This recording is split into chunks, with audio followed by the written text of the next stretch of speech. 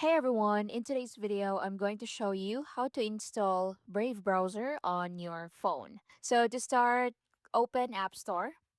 Now once you open App Store, go to the search bar, tap on it, and in here, go and search for Brave browser. Then tap on the first one.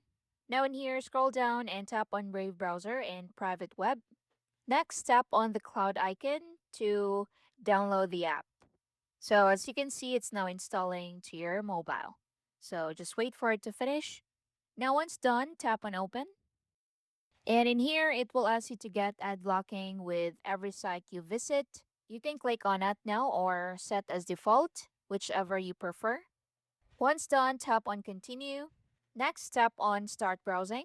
And now you can use Brave browser as normal. So you can ask questions like Google Chrome or Safari. So to ask a question, click on the search bar and search for anything you like. So I just said how to enable Wi-Fi on iPhone and click on go. And that's basically it. It's just like you're using Google Chrome. So that's how you can install Brave browser on your mobile. And that's it. Thank you for watching. If you found this helpful, please like and subscribe. I'll see you in the next one.